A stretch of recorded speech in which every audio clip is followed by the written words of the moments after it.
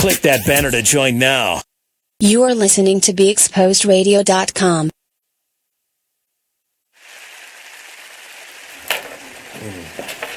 Already messy. First show, already messy. Can you turn this on too right before you leave out? This. Welcome to Talk Lately. It's on. It's not connected. We got a good show for you.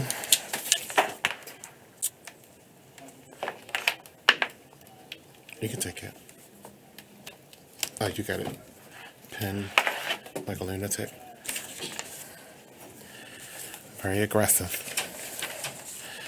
I can't see you guys, but I guess I can still talk to you. Look, on tonight's show, I have an interview with a Trump supporter. She actually is someone that actually has a show on our station. Her name is Krystal Renee. And she voted for Trump. So she should be a proud individual to be getting ready to look at this inauguration. I don't know if she's going. She might be even going to the inauguration and everything that's happening down there. But currently, like right at this moment, right now, there are protests happening. They're closing down streets in D.C. right at this moment. I would have loved to have something in the corner to show you, but how it's going down in D.C.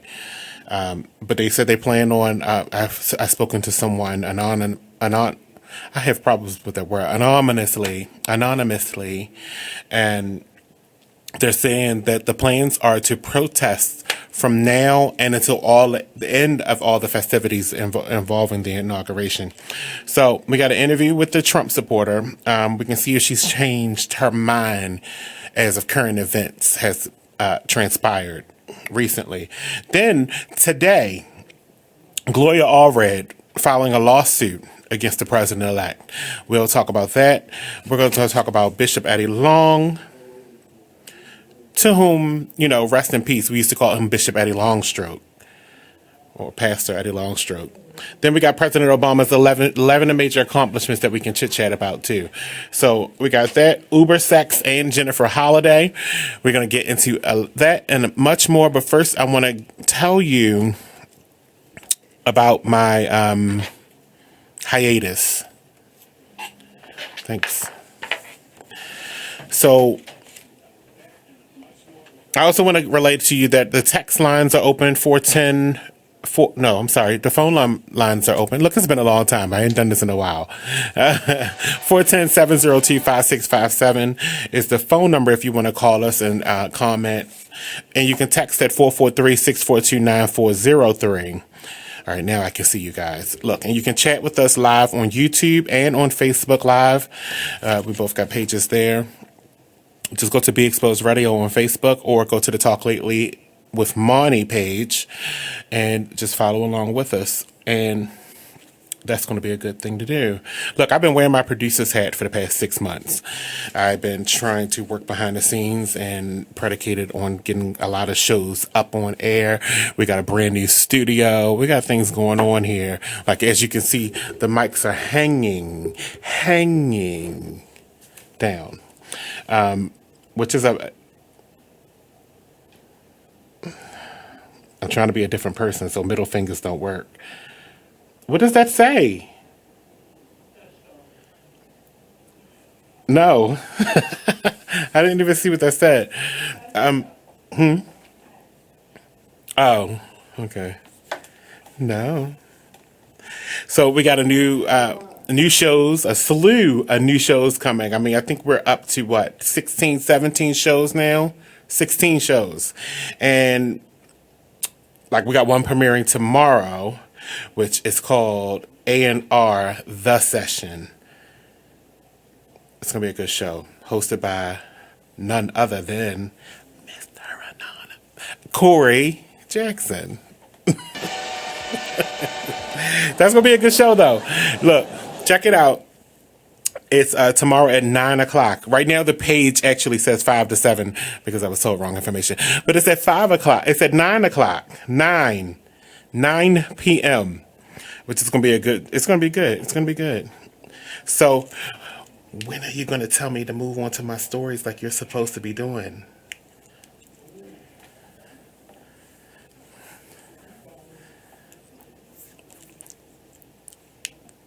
But this segment is almost over. Amazing. We already went through this, though, because we talked about this during the show segment. It's in my folder. You found them? Oh. So how about we go to break?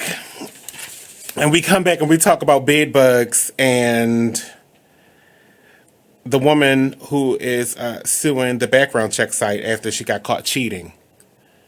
Can we do that? Is that what we're going to do? Okay, so we'll be right back, and they'll get their technical together right here on Talk Lately. All right. I figure out why my camera's not working.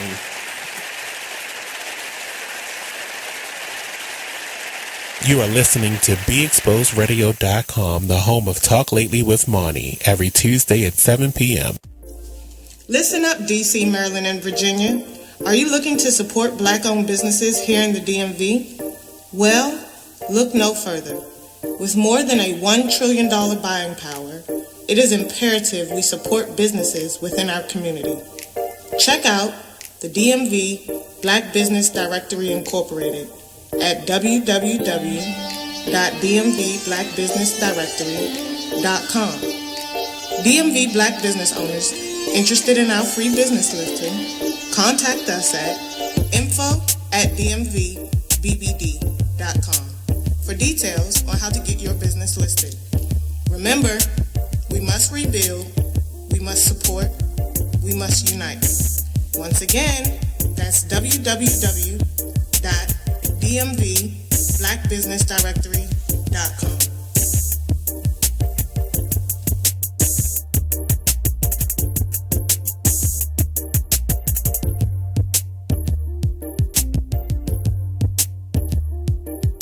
You are listening to BeExposedRadio.com, the home of Talk Lately with Monny, every Tuesday at 7 p.m. You're listening to the station with their ear to the streets. BeExposedRadio.com. You are tuned in to Be Exposed Radio. Check out this flashback of the Shots and Shenanigans radio show. But in doing this, like, I didn't really know what I was doing. I didn't know I was getting myself into. Like, this is how I started animating. I was sitting outside my friend's porch one day, and he came out, Brian Flackis, who works with me on Gurus. He came out, he busted out. He was like, you know what? You need to put your interviews to animation. And when he said that, something clicked. Because I had thought of what he had said years ago. I had just always thought, animation, that's too hard. Oh, whatever, I can't do that. Like, I have to wait till somebody can do that. But when he said it, something clicked. Something said, Mark, why don't you at least see if you can do it first before you tell yourself you can't do it? So when he said that... Hi, I'm LeVar Burton, and I'm proud to be a book person. How do I choose a book? Sometimes it's the cover, sometimes it's the title. I guess I'm pretty visual. If a book's really impressing me and the writing is really good, I will peek and see what the last paragraph is, because the endings of books should rock you. I am a book person, and if you're a book person too, read to a child and spark a lifetime of ambition. Join me at bookpeopleunite.org, because reading is fundamental. A public service announcement brought to you by Reading is Fundamental, Library of Congress, and the Ad Council. Okay, so just type the job website address here. That's it. Then you enter what job you're looking for there. Electrician. This is Peter. Recently, he got help going on the internet for the first time to look for a new job. Okay, then you just hit search and... In the past, Peter's gotten work through people he knew, but he heard there were more jobs online. There we go. These are all for me? Uh-huh. Really? He had no idea just how many. I can't believe it. This one looks good. Peter's thinking the internet might be for him after all. And this is just one website. Wow. Why didn't I do this sooner? See what the internet can help you do at everyoneon.org or call 1-855-387-9166 to find a free training class near you. Brought to you by Connect to Compete and the Ad Council.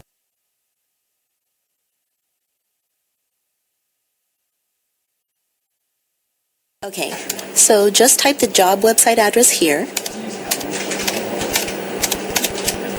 That's it. Then you enter what job you're looking for there. Electrician. This is Peter. Recently, he got help going on the internet for the first time to look for a new job.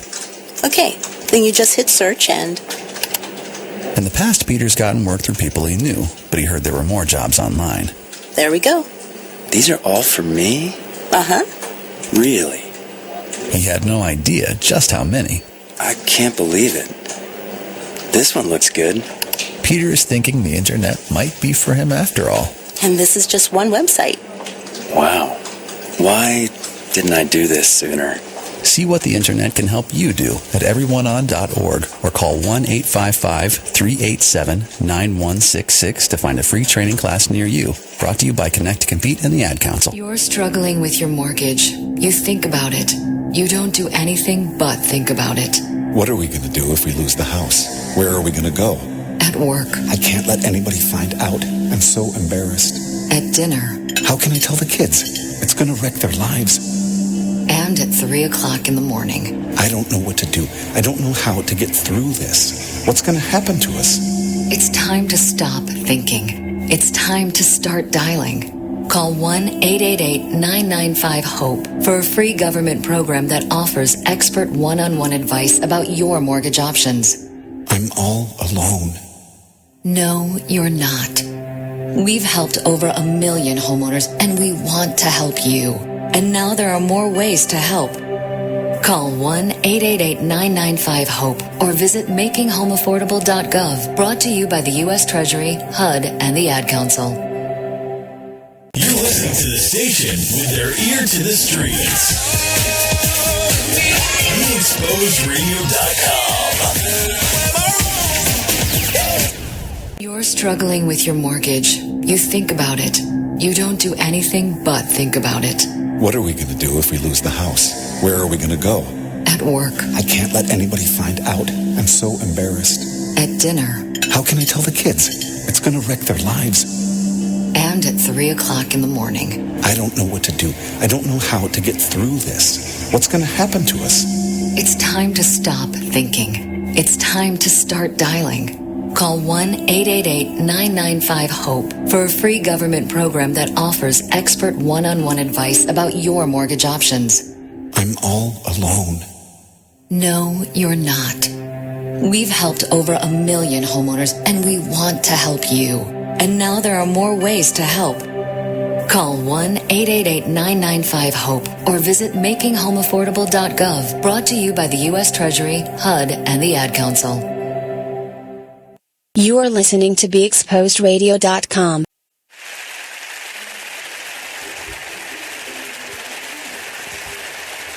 Is this supposed to be me? Well, it's me. I hear it.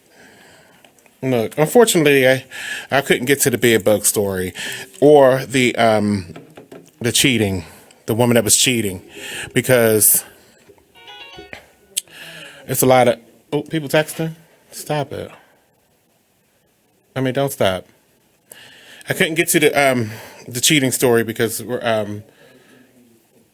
having so many technical difficulties. Wine. I forgot my wine. Huh? I don't have the story.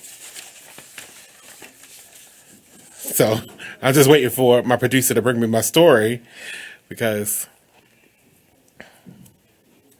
do we need to move that desk so you can get through easily? Thank you.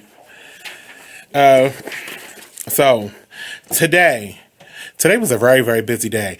Gloria Allred, she's the famous attorney that like to take on all the multi-million-dollar cases with famous people, and she gets in there and she litigates the hell out of it because she's a very successful lawyer.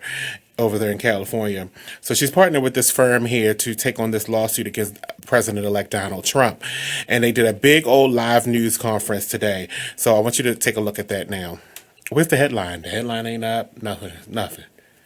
Shit is already a mess. This is what I said. I said as soon as this starts going wrong. That no case had been found in which an official was granted immunity from suit for his unofficial acts, and that the rationale for official immunity is inapposite, where only personal, private conduct by a president is at issue, end quote.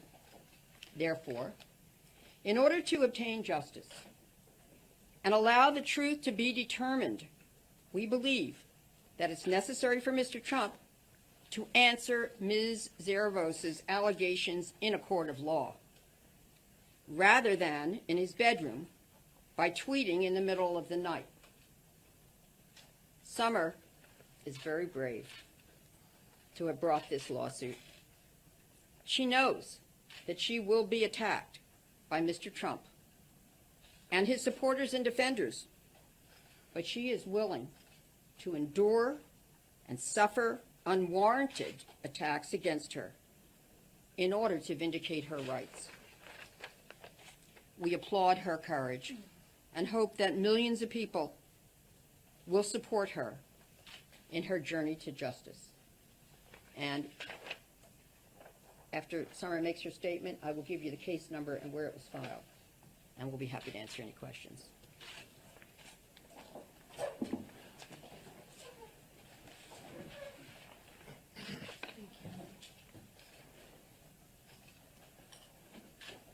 Today I filed a lawsuit against Donald Trump for defamation.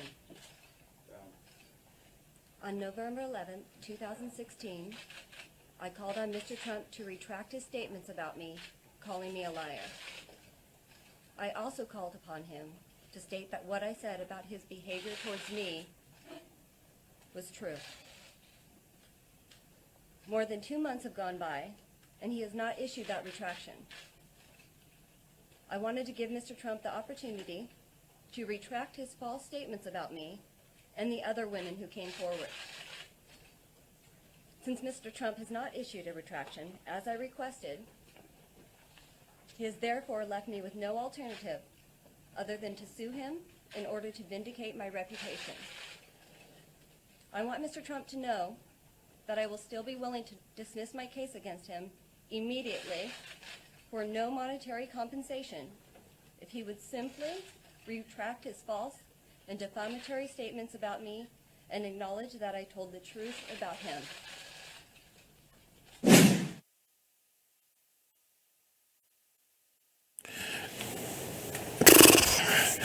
So I was just telling somebody earlier today that this is almost similar to how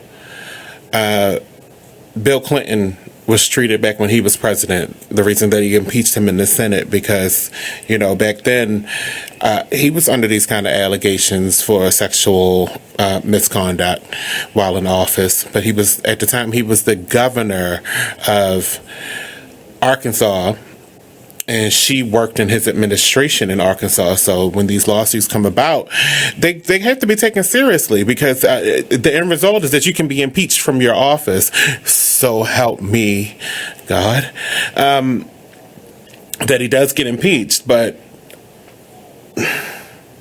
I look forward to seeing this case. I would like to know how he feels, because he didn't tweet about this at all today, which is surprising. I was so very surprised that I didn't see any 140 character statements about this coming. So I'm gonna keep my eye on this story. And sexual harassment is a very serious allegation. And what she, just like you heard in the statement, what she said, she doesn't want anything really but him to admit it. By him admitting it makes him susceptible to being prosecuted. So go ahead and admit it, Donald. That's what we want. Did you vote for Trump? Well, up next we got a Trump supporter coming in the building. Her name is Krystal Renee, and she is one of our hosts on the Krystal Renee Show that comes on Mondays from 5 to 7. And we'll be right back.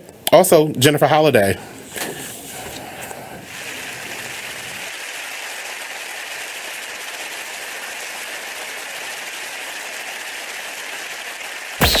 free stuff for you just for listening to this station.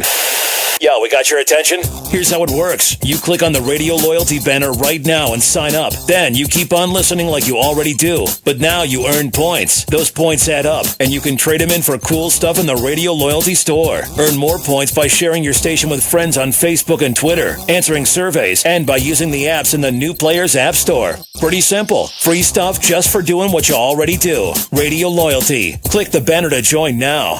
Check out this flashback from the Artist Exchange radio show. That's the biggest thing, is just empowerment. Just get off of the begging line. Just be proud and just get our pride and our dignity back, because as a child, we're taught how to go and beg for a job. Our parents, they literally taught us how to make sure you pull your pants up. Me, I'm 6'7", so I'm a bigger man. I was always taught how to not be threatening or intimidate people when I go into different interviews or different scenarios. And so we're literally taught how to condition ourselves, condition our speech, everything, in order to go and beg these people for a job, because we know when we walk in the door, I have to tear down 10 stereotypes before I get past hello. So we need to eliminate that. And we need to eliminate that, and the way that we do that is employing ourselves and employing our brothers and sisters. And so that's our mission, is group economics, uplift ourselves, because I can't empower anyone until I empower myself, and change from just being willing, because it's in my heart and my passion to see my people succeed and see us do better and change the social order, because I know that we are not supposed to be on bottom. I understand who I was. I know I didn't fall out of the sky and land on a plantation. So when you have knowledge of self and you know who you are and what you come from, it's frustrating more than anything to see us in this position. Tune into the Artist Exchange every Friday, 7 p.m. to 9 p.m., every Saturday, 12 p.m. to 2 p.m. live on BeExposedRadio.com. You are listening to BeExposedRadio.com, the home of Talk Lately with Monny, every Tuesday at 7 p.m.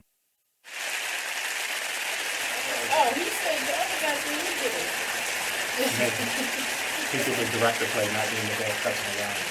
Oh, is the microphone supposed to be? I can pull it down, right? I guess we won, because she didn't say anything else other than that 1 minute side. See how selfish people being? And this is the end result of a show that's supposed to be well produced. I don't have my questions. That's your wine. Let's go ahead and focus on this then. Welcome back. You're listening to Talk Lately. This feels like one of the old Talk Lately shows, where the shows were a mess. Everybody's all over the place. Wine bottles all on the floor. Thank you. Thank you. Appreciate it. Krystal Renee's in the building. Yes, I am. Of the Krystal Renee Show. Did they give you a cup? Would you like some? Yes, it's very tasty. I do have a cup. I love a cup. Thank you. Sure, have some. I got glasses, but all of a sudden I get in plastic cups like I'm in somebody's backyard. Thank you. It's amazing. It's very tasty. It's from the vineyards in the back of my yard. It's like, no. All right. That wine is straight from Italy. Moscato is one of my favorites. It's that is tasty. It's a wine that they serve at Olive Garden. Oh, okay. Mm-hmm. And it comes in dark and a red and a white. It's really, really good. But anyway, Krystal, let's start with you and this Trump person. Okay. So, have you changed your mind yet about your decision to vote for him? To be honest, about 80% of me is still standing in what I said. That's impressive. 20% is like... What part? What was the 20%? What did he do for the 20% of you to change? You know what? It's not per se what Trump did. It's more so the comments that I read and the articles that I'm reading about celebrities who stood up and met him or agreed to do his inauguration, the comments and the backlash that I'm reading that other people are saying about Trump is kind of making me feel like nothing in the news. No. About him not trusting the intelligence community. No. That didn't. Did Or the nothing. fact that Putin did hack the results and he's denying it. Oh, so there's proof about that? That came out? That's the intelligence communities. That's the people that work at the CIA, the FBI, all of them. They're telling him that it happened. He's like, no, it didn't. Okay.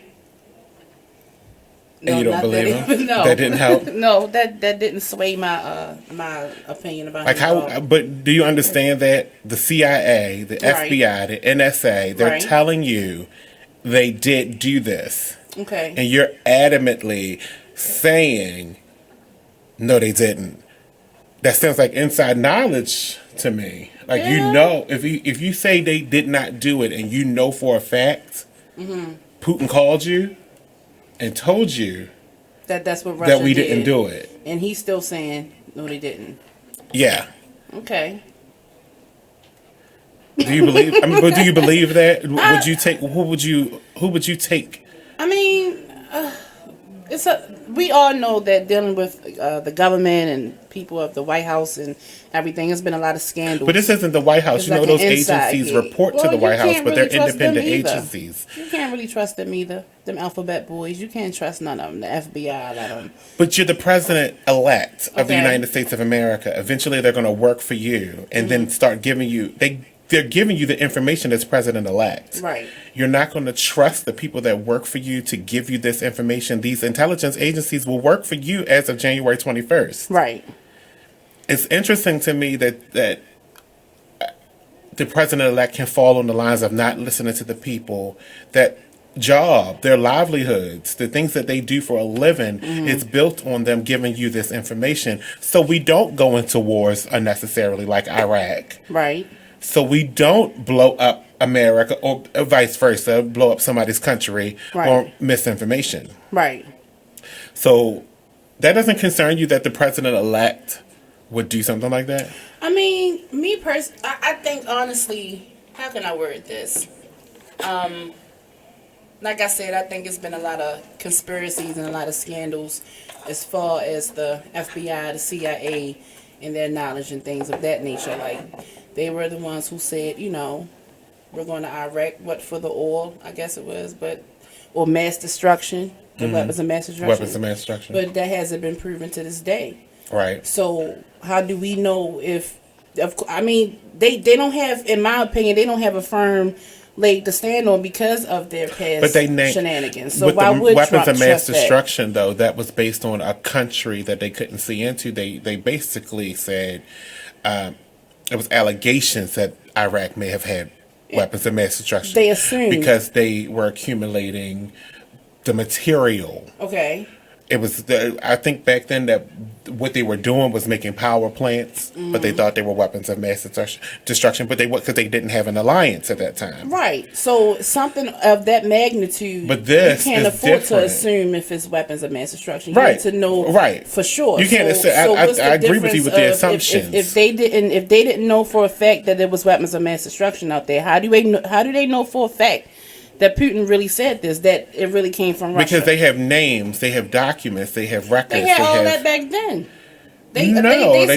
They couldn't actually see what they had. All they knew is that material was going in, and that's what they assumed they were building weapons of mass destruction, which caused the war. Right. If they get in there, they found out they didn't have that. Right. And they only had the materials. We was already to at build war it. for years before we came across this conclusion that Exactly. it was an assumption. So this is here's a clear sign. The same people. But here's a clear sign that if you don't listen to somebody's opinion, right, then you basically take onus of it. Okay. Either way, you take ownership of it. Okay. So I would think you would try to use the resources that you had. You can't just come off the assumption. I wouldn't understand why you would let him make a decision for you.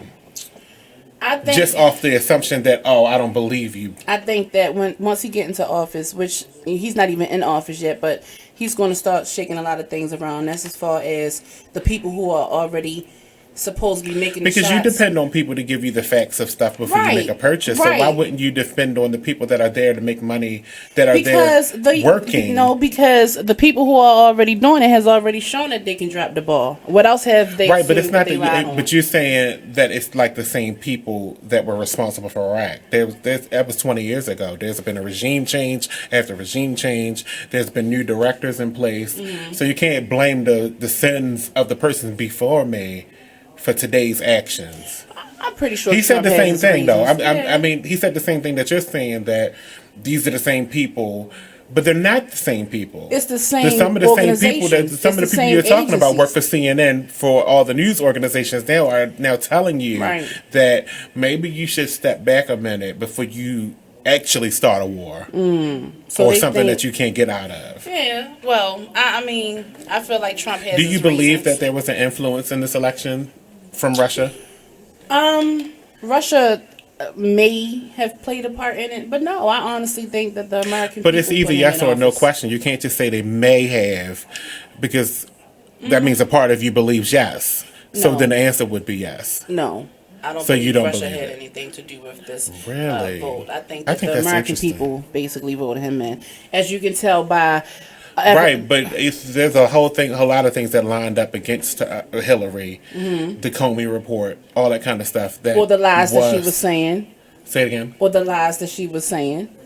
What lies? Or just, she lied about some things about, No.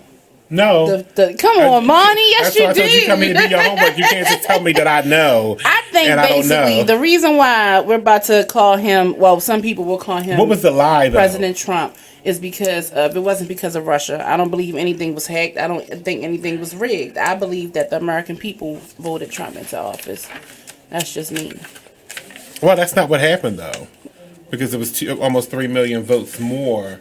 And the popularity votes. Exactly. But that's what originally would count if there was not for the Electoral College. Because that doesn't mean the American people voted him into office. That means that the people that were electoral voted him into office. Okay. There's a difference. All right, well. If the American people voted him into office, Hillary would be sitting there. Because that's who we voted for. Because she had 3 million votes more. I can't agree with that. I can't agree with that. How can't you agree with that? It's numbers. I mean, numbers don't lie, but you're not going to sit here and tell me that. I would hope they wouldn't lie because they can't. I don't know. I think that Trump is in office because a lot of people want Did you know he won Michigan by 10,000 votes? Right. Okay. That's a very low number. Yeah. But, how many? 46% of the people of America didn't vote? Did you know that? I've heard that. Yeah. I did. I've heard that. So. What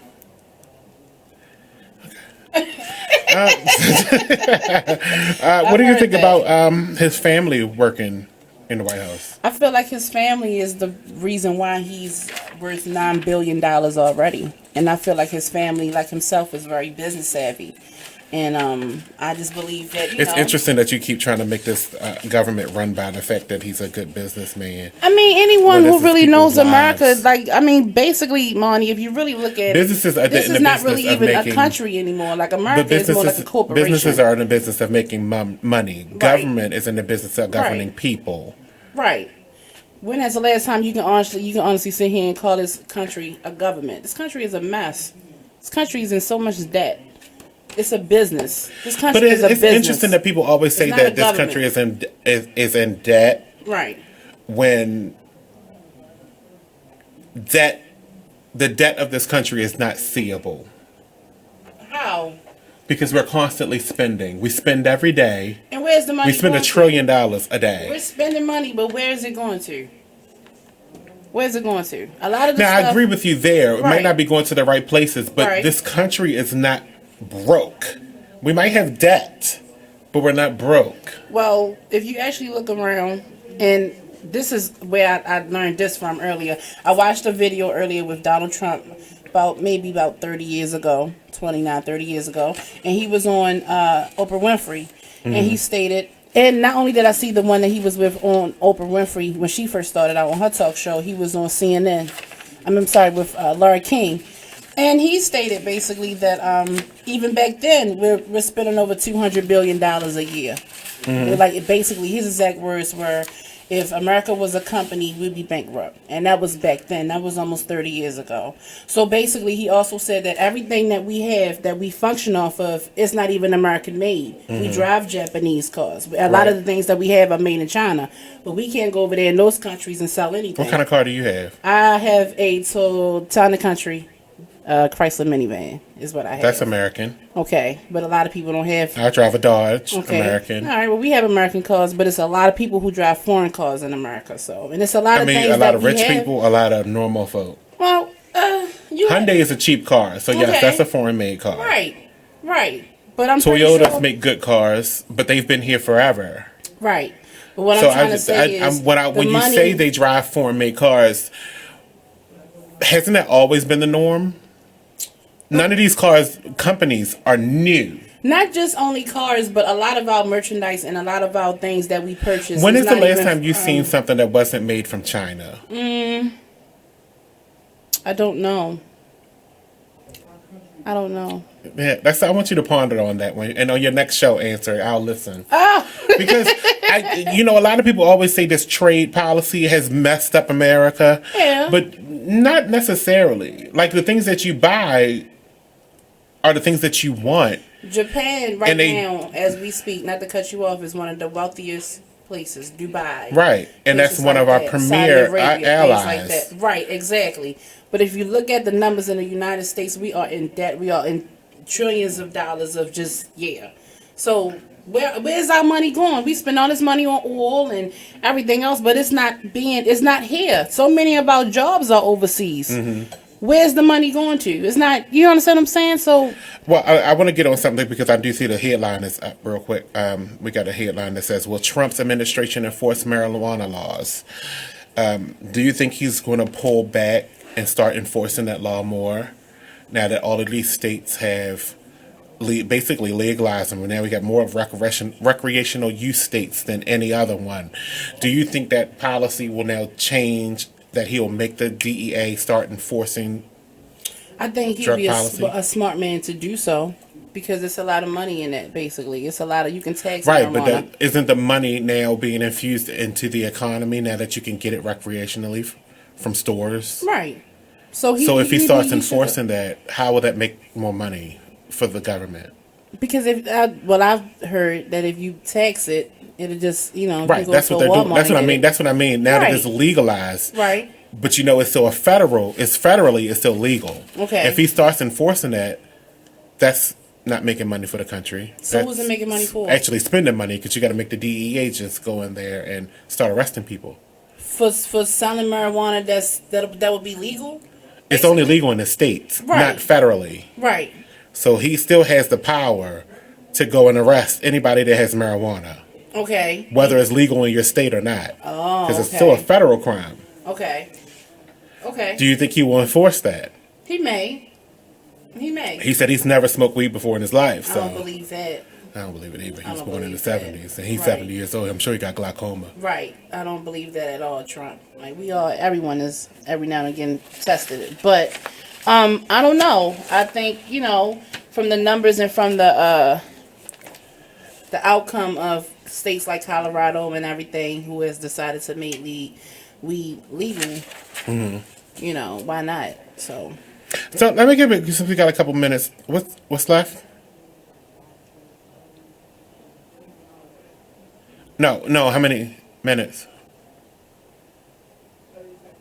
not even a minute. No, 30 seconds. Okay. I want to get back to the nepotism thing about the family being able to work in the White House. I find it I find it interesting that you don't find that a problem, because that makes it more. It doesn't make it more like a monarch to you, royalty, king, queen, princess, and princess.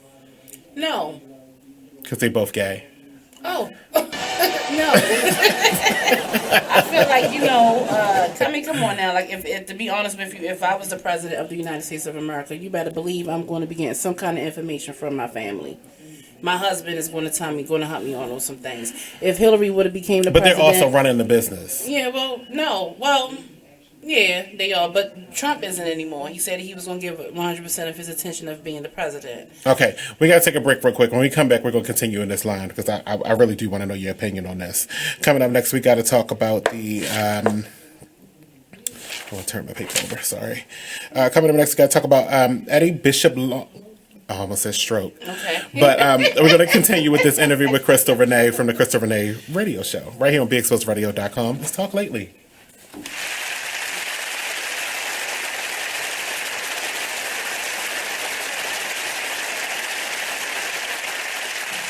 So, Jacqueline. Yes, Mom? I wanted to talk to you about something and... Oh, wait. Hold on. I just got a text. Oh, there's another one. Wow. Busy me. So, anyway... Oh, wait, Mom. I just got a message. My friends keep commenting on my comment. Oh, there's another one. So many comments on my comment. Oh, I can't wait to watch TV tonight. Playoffs! Hey, guys, check out my new video game. Pew, pew. Wait. Mom, what? What? Hold What'd you say? Wait a second, what? This weekend, unplug. Take your family to the forest. There's nothing in the world like experiencing nature firsthand. Trees, paths, bluebirds, streams.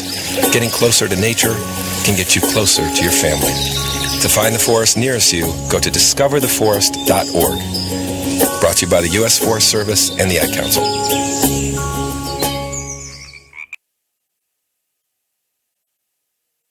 Okay, so just type the job website address here. That's it.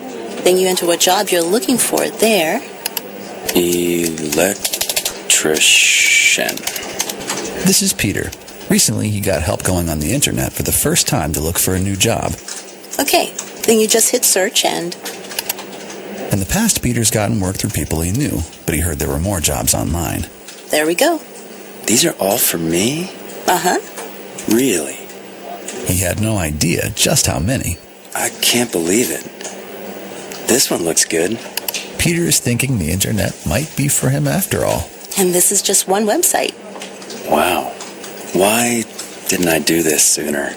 See what the internet can help you do at everyoneon.org or call 1-855-387-9166 to find a free training class near you. Brought to you by Connect to Compete and the Ad Council. Hi, I'm LeVar Burton, and I'm proud to be a book person. How do I choose a book? Sometimes it's the cover, sometimes it's the title. I guess I'm pretty visual. If a book's really impressing me and the writing is really good, I will peek and see what the last paragraph is, because the endings of books should rock you. I am a book person, and if you're a book person too, read to a child and spark a lifetime of ambition. Join me at bookpeopleunite.org because reading is fundamental. A public service announcement brought to you by Reading is Fundamental, Library of Congress, and the Ad Council. You are listening to BeExposedRadio.com. I was like, I talk to you tomorrow, and the office gonna be this situation. Call me on the phone.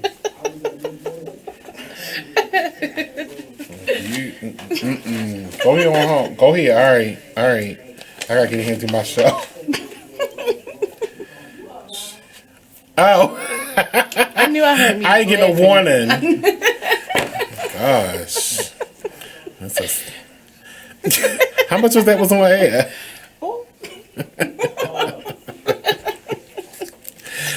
Welcome back. We are in the studio with Krystal Renee of the Krystal Renee Radio Show every Monday from 5 to 7 right here on BeExposedRadio.com. Look, she's a Trump supporter. I'm not holding that against her. Everybody else will. They already have. She's here and we're chit-chatting. But this time, I have to interject something in here because I want to talk about Jennifer Holliday today. She was on The View today and she came on to talk about why she pulled out of the Trump inauguration. Right. Which she shouldn't have never signed on to.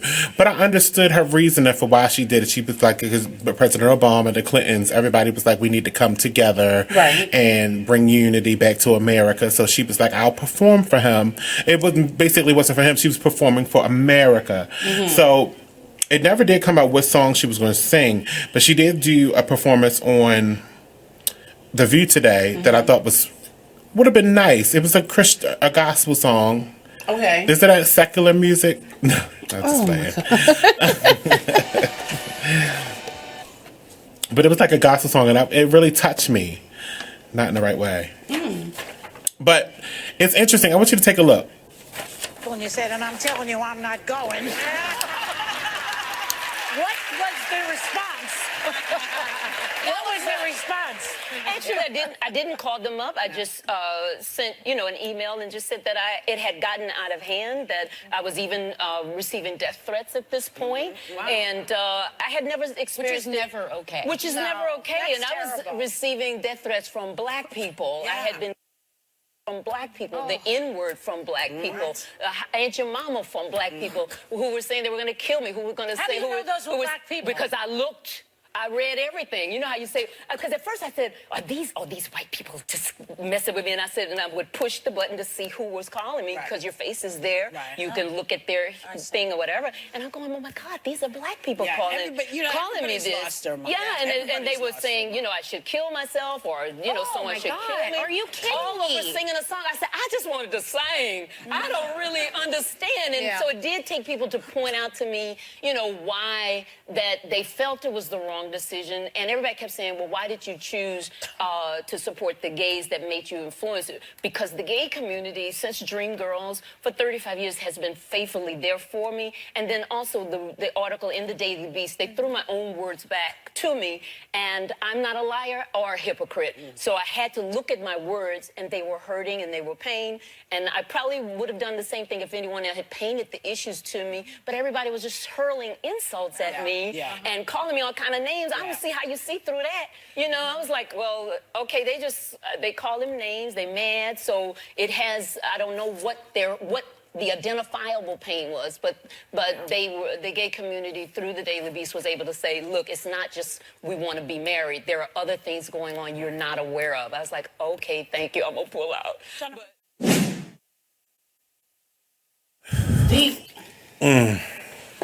Well, I agree. Can you come on? I told you stop touching that button.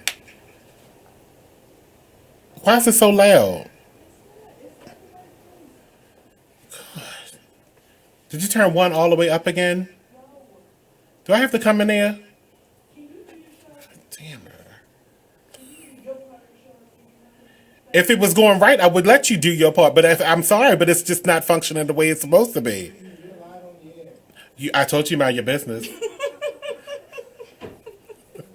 Well, Monty, if I can comment on the Jennifer Holliday situation, I can. I know I'm live on the air. I'm sorry, 1 second. Okay. I know I'm live on the air. This is why this whole show is called Talk Lately. Anyway, let's get back to... Yeah. Well, what I wanted to say is that I can understand 100% where Jennifer Holliday is coming from, and that's sort of kind of where my 20% came from. When I basically came out and said who I voted for, I received a lot of backlash. Even on my own talk show, which comes on every Monday from 5 to 7 p.m., I was called a coon. Plug. Okay, yeah, shout out for the plug. But yeah, someone actually, they told CJ Bernie that I was a coon, and that really hurt me. I've been called everything from a fat whatever and everything, but someone actually commented on his Facebook I didn't even say that. That's kind of rough. Called me a coon, but it's coon? It's crazy because I just feel like someone like Jennifer Holliday. I understand why she stepped down, but I'm kind of upset with her because I think she still should have performed. If you want to jump out there, then stand in your truth. Don't let no one stop you or change your mind about anything. Listen, no one put a gun to her head and made her sign on for that. But it just seems like, she was basically bullied. But see, the thing about it is they will put a gun to her head to not do it. I don't think so. Well, that's what the threat say. You gotta it's why it's called a threat. You don't know the hypotheticals in there that could happen to you. Why do you think she's not a well-known singer, so she's not going around with security. As soon as she goes to get her tracks at the mall, right? Pow! Right, but at the same time, we got a whole bunch of dead cats. Yeah, but like what she said in the footage, today on The View was basically it's not white people who was threatening her. It was us who was threatening her. Right. Where do you think she live? I think she live in Atlanta. Exactly. They gonna get her at the Ku Klux Klan mall and drag her by her hair. Her hair made a cat. She got the new weave. I don't have Jennifer Holliday money, honey. I don't know what it might be because it's. I don't got Jennifer Holliday money, but Me personally, I feel as though, like I said, once I kind of came out, and even being on this show, because I'm pretty sure the headline says Trump supporter, I'm putting a lot of myself out there. You know what I'm saying? So I get it. I got to get ready for my panel. Wait a minute, 1 second. Next, we're going to be talking about a message from Bishop Eddie Longstroke's daughter about her dad. And then I got some thoughts on the situation, as well as I'm going to add my panel's opinions to this. It's all coming up next, right here at the 8 o'clock hour of Talk Lately. Oh. We'll be back. Okay.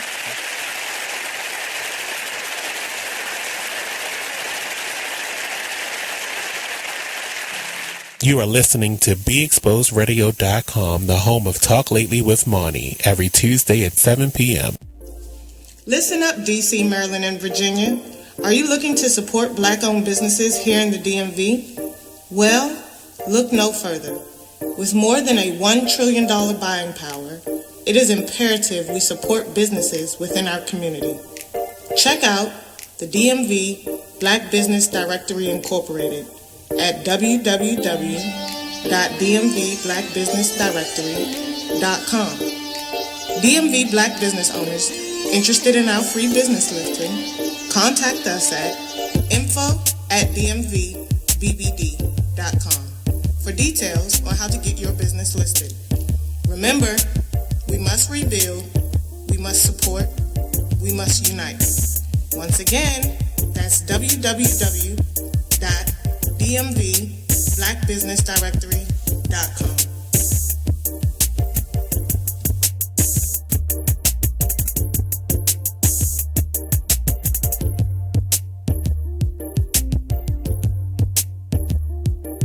So, Jacqueline. Yes, Mom? I wanted to talk to you about something, and... Oh, wait. Hold on. I just got a text. Oh, there's another one. Wow. Busy me. So, anyway... Oh, wait, Mom. I just got a message. My friends keep commenting on my comment. Oh, there's another one. So many comments on my comment. Oh, I can't wait to watch TV tonight. Playoffs! Hey, guys, check out my new video game. Pew, pew. Wait. Mom, what? Huh? What?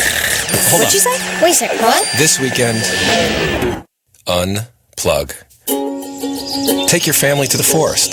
There's nothing in the world like experiencing nature firsthand. Trees, paths, bluebirds, streams. Getting closer to nature can get you closer to your family. To find the forest nearest you, go to discovertheforest.org. Brought to you by the U.S. Forest Service and the Ad Council. You are listening to BeExposedRadio.com.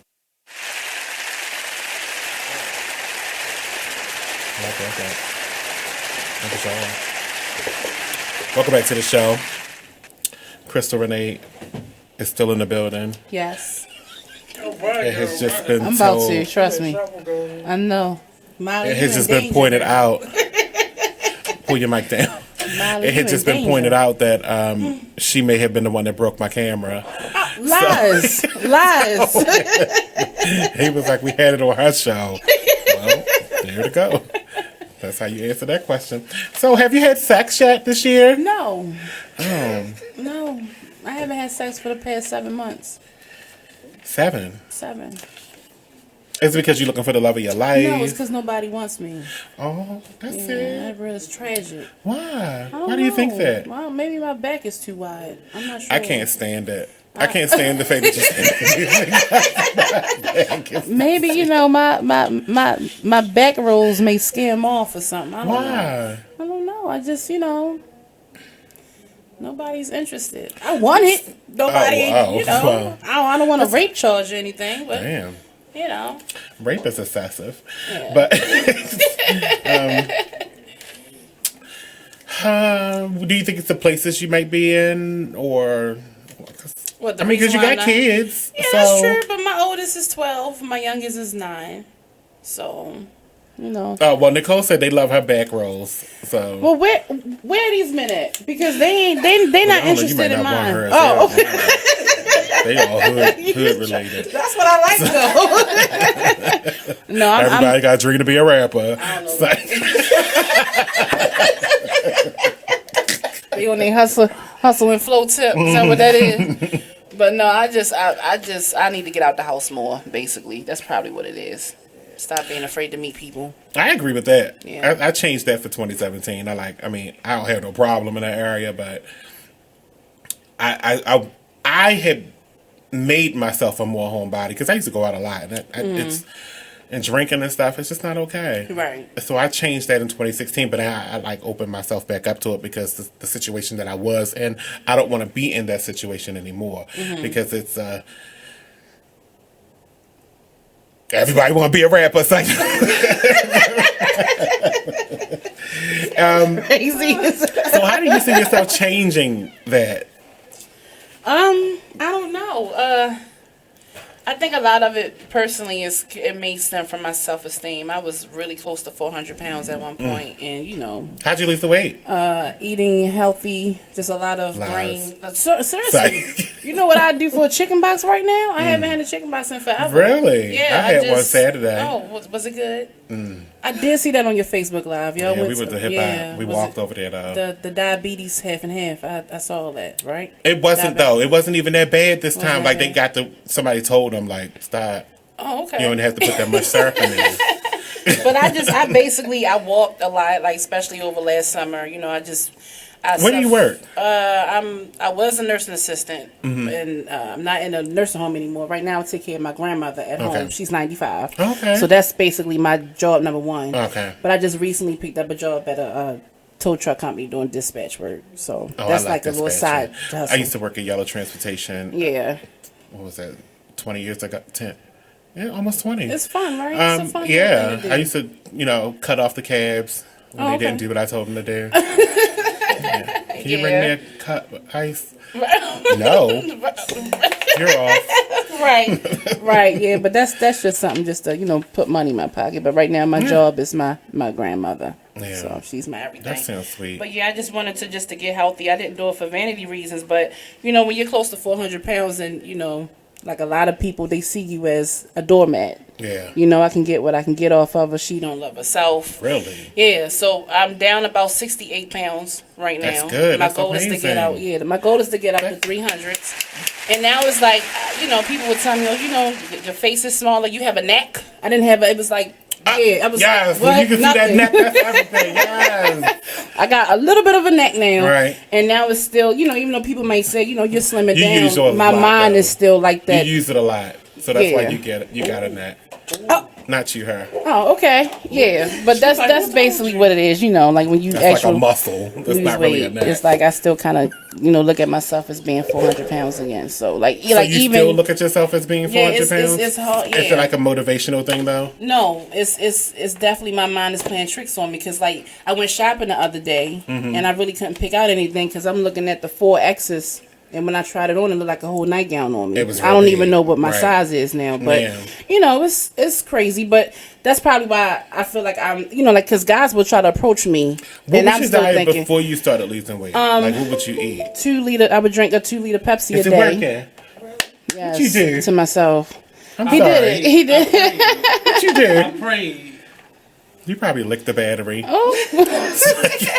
My diet before that was basically just a lot of fried foods. I would order takeout for me and the kids. They'll have their pizza and mommy I have just want you to hers. turn around and look through the window. Oh, okay. Oh, what? Eating chicken. Oh. Yeah, but that's why I'm lonely though. I don't want to do it. So yeah. I got a lot of minutes. Oh, you mean wrap up this topic? Can you just talk in my ear? Because I don't do this. Thank you. Louis having a good time though, Nicole. You always ruin a hot, wet dream. Anyway, Bishop Eddie Long. My panel's here. Everybody introduce yourselves. You start because she's been here. And he's here. Alima Quinn. Pull it. Oh, I'm sorry. Pull it forward. Yeah, there you go. My name is Alima Quinn. Okay. You gonna say something? I am Peaches. So, as you probably already know, Bishop Eddie Long passed away at age 63. He, was embroiled in a scandal. What was that? Like a year and a half, 2 years ago? Yeah. Maybe 3. It could be 3. And, it started a couple years ago, but it just went mainstream. Can you do me a favor, Nicole? Can you do me a favor? Cause I'll just do it at the break. I'll wait. So he passed away, and one of the things that I noticed that when they say he passed away was that it was due to a mysterious cancer or a cancer that was not. He didn't tell anybody, and.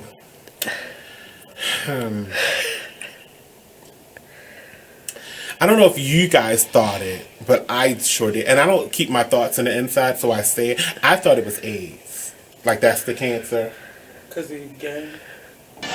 Okay. You said it. I didn't. So. In his rectum. Right. In his rectum. How do I do this? What was this about? That's how you like it. What was these two figures about?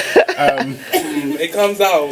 So, his daughter, who had been keeping her silence, going through all of this, has now finally said something about it.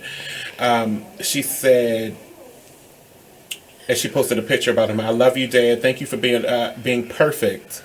I cherish every moment I've shared with you, even up to your last breath. I don't blame God for wanting you back. I would too. That was sweet. And then I guess the wife, she stayed. So she might have it. Everything I do is for you. It's been my honor to be. She said, thank you for being the greatest example of a wonderful father and husband. What example was that? I got penis on the side. You kick cancer's ass. Whoa. Job well done, my angel. That was sweet, though. Y'all still ready to stay? Yeah. What happened? I just, moments like this, people forget that people have family. Regardless of what their public image was, they still have family. He got grandchildren. Yeah. They got to read these salacious articles on the news. It's crazy. I mean, regardless of what he did, like, he still has a family. I agree. Like, that is crazy. Right. Funny, but crazy. Yes, it is. But they didn't have sex. What you say, Nicole? Sure. Tell us what your thoughts are. He should have thought about his families when he was out here doing the things to cause. Say that again one more time. He should have thought about his family when he was doing the things out here to cause the headlines.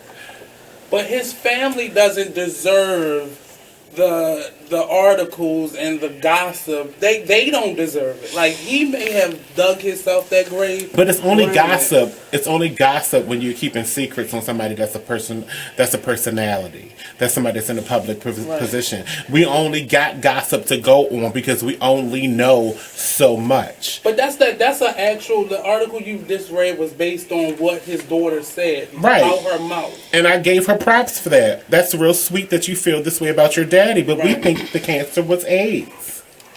I think that the family knew. We think. I said think. It was. That's just what I thought. I think the family knew his lifestyle, if that was his lifestyle allegedly. I'm pretty sure. I don't know. I haven't seen it. So there was lawsuits. Okay. Well, he paid bills.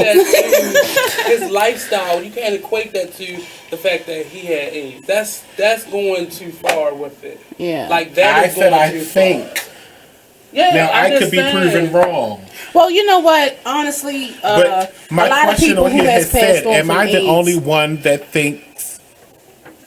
I think something completely different. Yes.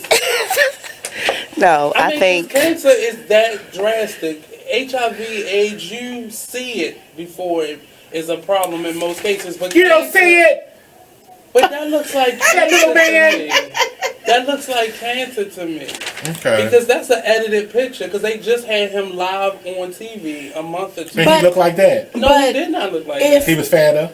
Yeah, he was muscular. So what's this, an old picture? I think that's AIDS, to be honest with you. I personally don't think that's cancer. This is an edited picture. His daughter don't look like that. Her face ain't that wide. No, that's him, because he was, I seen But him on the footage. if there was it would have came out a long time. I feel... And he was going to the gym, but the gym don't... All right. He also said that he was on a vegan diet. He was on a raw food diet months before he actually passed on. Right. A lot of people who have AIDS or, full-blown AIDS, they will make up any other excuse like, okay, it's cancer. Whole time it's AIDS. Because they don't want everybody to know that. To know that, exactly. That's what I say. And I feel like somebody on Bishop Eddie Long's caliber, if you have cancer, then why not bring awareness to cancer? You know what I'm saying? Like, why not? My mind first went to that. When they said, because the first words I saw was mysterious cancer. Yeah, that sounds stupid. You even know what it is or you don't. It doesn't sound stupid. Like when we had why is it so much of a mystery? He got bit by a tick in Atlanta. They didn't catch it until the end of the third trimester cycle. If that's the case, fourth, he had stage 4. Well, they normally, it becomes life-threatening at terminal at the end of the third. Right, stage 4, you're going to die. It's imminent. So they may have just caught it at that point. That's the same thing with AIDS. Right. They may have just caught it. When your body don't work no more, you're dead. Right. So it's crazy, because if this never happened with the young men, nobody would be saying that. Nobody would be saying that. If it would have happened with who? If he had none of this stuff had came out about the young boys, nobody would be saying that. I think basically, but he's the one. But he's the one. Have a scandal from the past. Nobody would be saying. But he's the one who let everybody. Of it because he do look sick, basically, and I feel as though if it was cancer, now let's see if any of the other young boys look sick. He should have put more awareness to cancer. If any of the young boys look sick, then we know who had it and who gave it to him. Yeah, but as far as who he gave it to. As far as people, nobody's gonna say it. I just had my best friend father found out he had stage 4, like about 8 months. AIDS? 8 months, no cancer. Before he passed away, and he didn't say anything to anybody. But you're not gonna be skeleton-like. If you just find out that you're not. You're not. My aunt just passed away. She found out back in like August that she was stage 4, and we lost her in September, and she was not like that. She was her normal self. You get what I'm saying? Right. Like you're not going to be so skeletal like. No, that's AIDS. It also you can't don't say stuff like that with a definite. That's what it is. It had to be. I don't know. I have seen cases like this a million times. I don't think that was a definite. I think that she was giving her opinion. That's what the panel's for. Yeah. But I'm just saying, like, be more respectful of his family. She's not a doctor, so she can't have a definite. Be more respectful of his family when speaking on Wrong show. I'm sorry. Let's see about them. Wrong show. I think all of it is a scandal, truthfully, because it is. The whole thing is a scandal. He knew exactly what he was doing.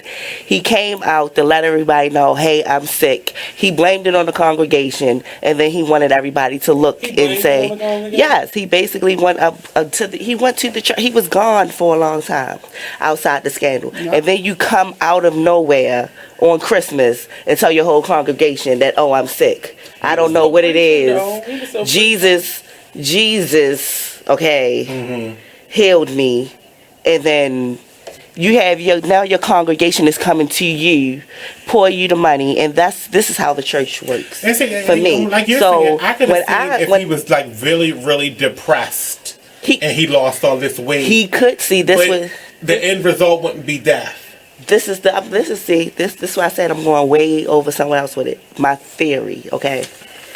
I think this man went on a crack binge. Okay? He overdosed? And he probably did. He probably was in that overdose and just kept on. We don't really know, but that's what I think. Right. Because of the simple fact that right, because of how everything played out. Right. He needed that sympathy. He needed to feel some kind of love from the congregation before he knew he was gone. Because he probably went too deep in. That's how I feel. Because he's coming out the blue with this disease that he's supposed to have, and then now it's like everybody's feeling and have us sitting around talking about and trying to guess what it is. All right. Okay, wait. I gotta go to break. We'll come back. We're going to talk about the thousands of people that are hitting D.C. right now in protest of the inauguration. Right here on BeExposedRadio.com. All 5 of them.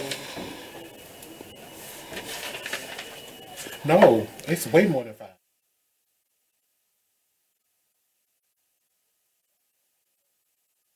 BeExposedRadio.com. Shout out to the Weird Radio Show. If I got that wrong, I apologize. It's slick, right?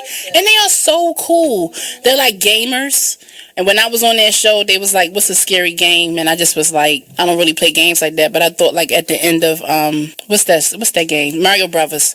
When you gotta fight King Koopa. Yeah. Ain't that scary? They laughed at me when I said that. When you hear that thing, that right there, oh my God, they're like, girl.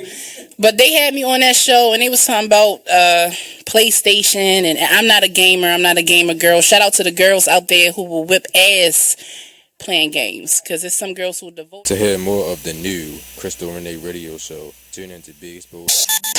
Join the club that gives you stuff. Hey, thanks! Radio Loyalty. Here's how it works. Just click on the Radio Loyalty banner right now and sign up. Then you keep on listening like you already do. But now you earn points. Those points add up, and you can trade them in for stuff in the Radio Loyalty store. Earn more points by sharing your station with friends on Facebook and Twitter, answering surveys, and by using the apps in the New Players App Store. Pretty simple, right? Radio Loyalty. Click that banner to join now. You're listening to BeExposedRadio.com. Talk dirty to me. I love it. It's awesome. It's all mine. Gets me going every day. Hi, I'm LeVar Burton, and I'm proud to be a book person. How do I choose a book? Sometimes it's the cover, sometimes it's the title. I guess I'm pretty visual. If a book's really impressing me and the writing is really good, I will peek and see what the last paragraph is, because the endings of books should rock you. I am a book person, and if you're a book person too, read to a child and spark a lifetime of ambition. Join me at bookpeopleunite.org, because reading is fundamental. A public service announcement brought to you by Reading is Fundamental, Library of Congress, and the Ad Council. Green light. Hey girl, school zone. I'm getting hungry. Car changing lanes. You want to meet me for pizza? Stop sign. Intersection clear. Yeah, street.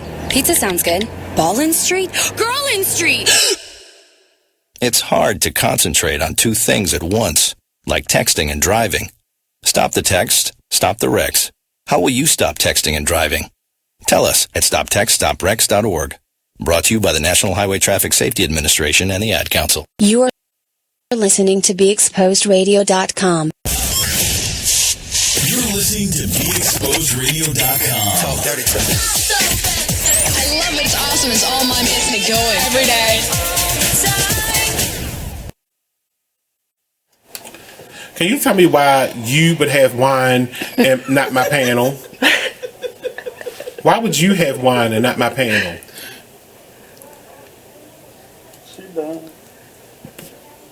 Shade. Sound better too. You can put your headphones on now. Okay. 2 cups. 3 cups. Thank you. I'm a little bit more, but I don't want to seem greedy. That sounds a lot better Most now. Trump supporters are luscious. Oh. Lord. Oh. Luscious. Anyway, so I don't know if you guys are planning. Are you going to the inauguration? No. I'm busy that day. Swear to God, I'm not going. I'm not. But how much? And let's be honest. Are you going to be watching? No, You're not going to watch it. Boycotting the I won't TV even give too. them ratings. I think I'm gonna watch Batman versus Superman instead. No small inkling is going to say. I'll watch CNN later. So you will watch footage on it, but you wouldn't actually watch I watch on Monday when CNN is covering what happened on Saturday. When I see them tight angles. Yeah, exactly. They can't really when show they the tell me crowd. like, oh my gosh, it was so empty in here, like that. Okay. I'm watching it. You gonna watch it? I'm gonna watch it. I'm gonna watch it also. At least watch I can't. I mean, don't because watch it live. what it reminds me of is that because like at least when you watched any of the inaugurations in the past, you had a rhythm to stomp your feet to. Aretha Franklin had on her hat.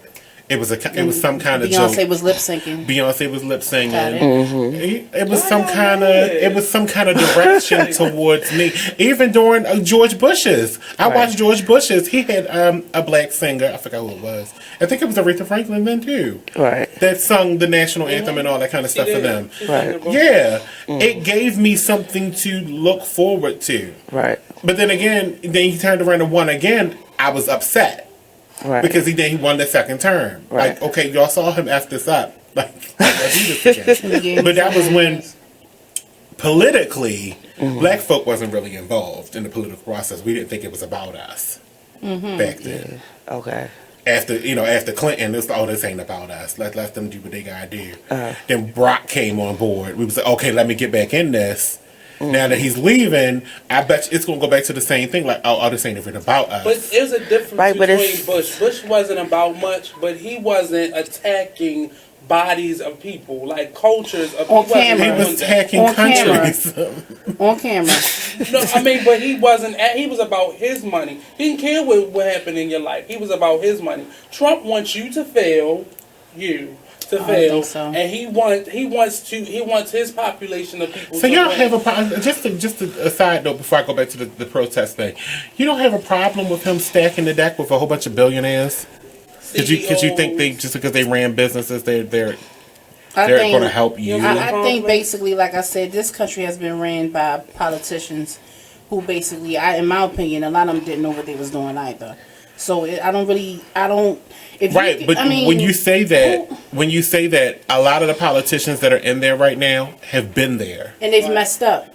Right, but you haven't changed anything by putting a president in place. Well, that's why he's taking those people out, and he's putting different. He can't do nothing about them unless they don't get elected. Just because you fill your cabinet with all these people don't mean that policies are changing. Policy change at the vote by Congress, not by the vote by the president. He can make executive orders all he wants, but again, just like Obama's leaving, and he says he's going to reverse all Obama's executive orders. That's the same thing that's going to happen in 4 years when he gets out. Somebody's going to do that. If you don't fix the problem at the source, and the source is Congress, I'm sorry. So, who did you vote for congressionally? I don't know. That's the problem right there. I'm not. That's not. You're not alone. And that's why I mentioned earlier how I can relate to Jennifer Holliday, because on my show when I was talking to her, because Barbara McCoskey's seat was the most important seat here in Maryland. She basically apologized for being uneducated, and that's what I can kind of agree with Jennifer Holliday, because I don't have a degree in politics. I don't have a degree in anything. But it's not even about having a degree in politics. It's about knowing your surroundings. If you don't know your surroundings, I used to feel the same way you do. I don't care about what's happening over there. It doesn't affect me. Right. But then health insurance affected me. And I've always had health insurance. So I needed to know what you was either adding to my policy or taking away. Right.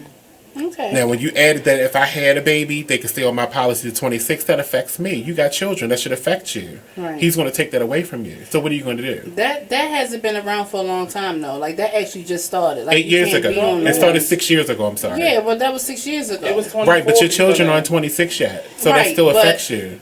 Before that happened, you had to be, 18, 21, and then you was off your parents? It was 24. You sure? Yeah. Because if you're in college, it's 24. If you're not in college, it's 21. But someone who didn't go to college, they're off their parents' health insurance when they turn 18 or 21, right? When they become an adult themselves, you ain't on mamas no more. You got to go get your own. But now you can stay till you're 26. Yeah, because that's what Barack Obama passed. But he's going to reverse that, is what I'm saying. So your children are the ones that's going to be affected by this. If he reverses that plan, that's your children going to be affected. Right. Okay.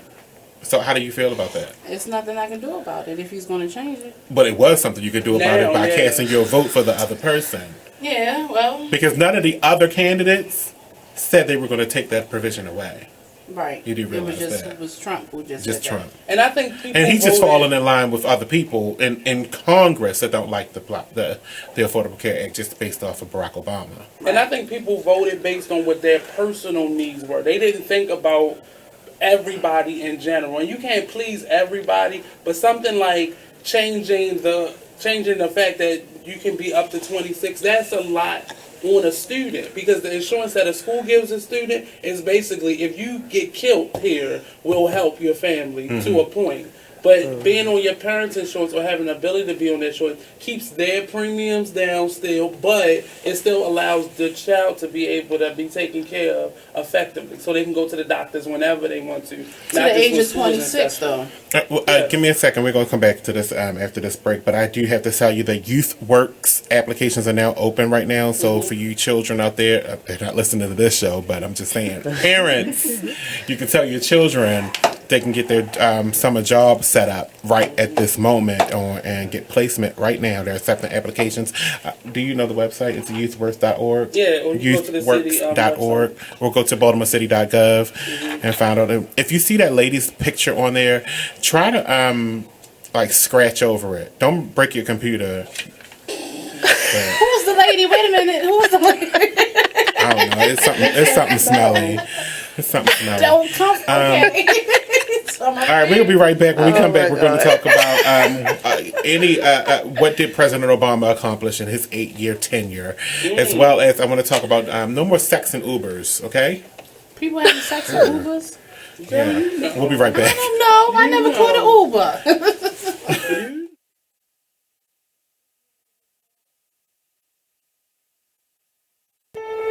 When you were a little kid and you thought about what you wanted to be, teaching was at the top of your list. But things changed. And as you got older, teaching didn't seem like the best option anymore. So you're thinking you'll be something else. But what would your 12-year-old self say? Now you want to be a doctor. You don't think teachers save lives? 25 at a time. An actress? Try playing a different role every time the bell rings. How about a scientist? Ever heard of physics? Chemistry? Who do you think teaches that? Teachers today are breaking down obstacles, finding innovative ways to instill old lessons, and taking learning far beyond the four walls of the classroom. It's time to recognize that great things are happening in teaching and put it back on your list. Don't try to convince yourself otherwise. You had it right the first time. Find out how you can make more at teach.org. Make more. Teach. Brought to you by Teach and the Ad Council.